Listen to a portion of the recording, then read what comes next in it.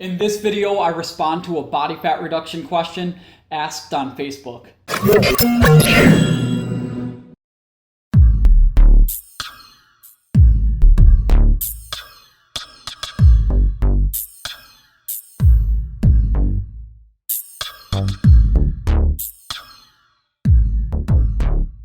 I'm 5'4", 214 pounds.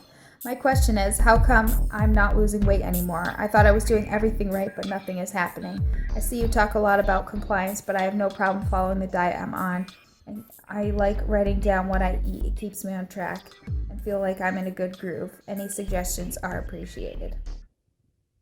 Okay, so first of all, thank you for the question. And before I get into this, I want to mention that if you were a potential client of mine, I would first get a lot more background information on you, more about your lifestyle, goals, sleep, training logs, food logs, how stressed you are, and have you fill out a bunch of questionnaires so I can just find out more about you, your preferences, tolerances, and things like that.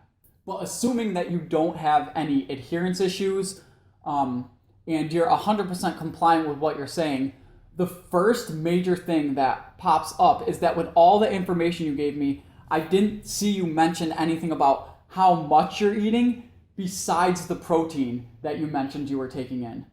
Also, I don't know which type of diet you prefer, if you prefer low carb, which is great if it helps with adherence, or you miss eating certain foods, etc. Saying that, and as an FYI, you can still increase body fat using a low carb diet. Carbohydrates and insulin aren't needed to store fat.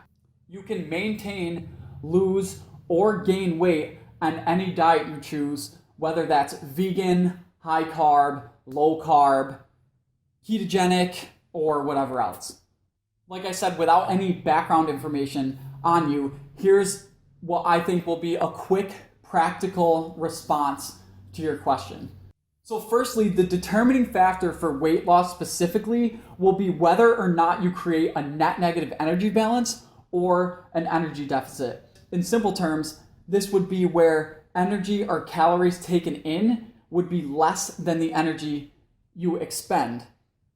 But before anything else, get some more starting data if you're willing and if you haven't already. You told me your height and weight, but take this a step further first if you don't mind to.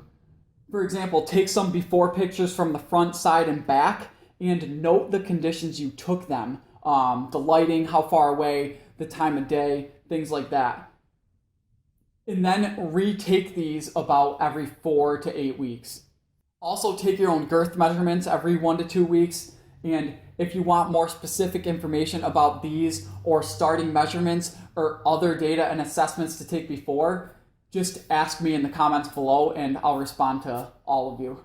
So besides all the starting data and assessments that you do, the first major step will be to log and monitor your food intake for the next couple weeks.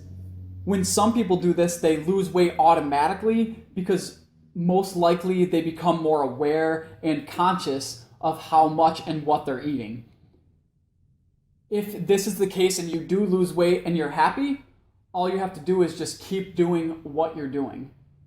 However, if over the course of the next 2 weeks you maintain your current body weight, it's still good because you most likely found out what your maintenance level of calories is.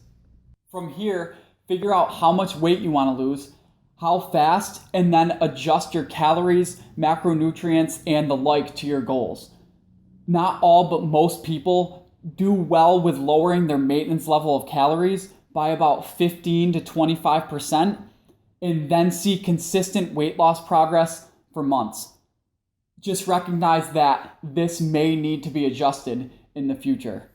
Once you do this and find out what your maintenance level of calories are, weigh yourself every morning upon waking if it doesn't stress you out mentally. Why I'm saying to do this is that so you can find your average body weight of each week. This is because daily and weekly body weight fluctuations are normal, especially for women, and every time you step on the scale, it'll probably go up or down a few pounds daily for many reasons I won't get into in this specific video. However, if after 4 or 5 weeks go by and you don't see a trend of weight loss, then you most likely need to make an adjustment to calories, assuming that your adherence, food measuring, and everything else is on target. I put here to mention that no, the scale isn't everything and it can be misleading. However, in your specific situation, it'll be a good guideline and tool for measuring and making progress. So again, in sum, get some starting data and documentation so you can evaluate and reevaluate yourself. This might also give you some motivation, and some of the findings might surprise you like they do with a ton of the people I work with. Then log your food and weigh yourself for a couple weeks. If the scale doesn't change, reducing calories by about 15 to 25% is a good place to start and will almost guarantee that you break your plateau and see some change start to occur. As a side note, as much as I don't like to give this response, the number of meals you consume, what time you eat them, and the supplements you take will all depend. Being able to stick to something and the calories are a good place to start because, like I said, it will almost guarantee that you generate some body fat reduction in the next upcoming weeks. Also, feel free, if you want more specific help, send me an email and we can talk more there. There's a lot of questions I didn't answer, so thank you for those. I actually didn't expect to get this many, so thanks Charles, Amy, Noreen, Mike, Justin, and anyone else who sent me them. It's probably going to force me to do a bunch more of these Q&As, so keep sending them. If you like this video and you want to see more, leave a comment so I know to keep making them. Thank you for watching.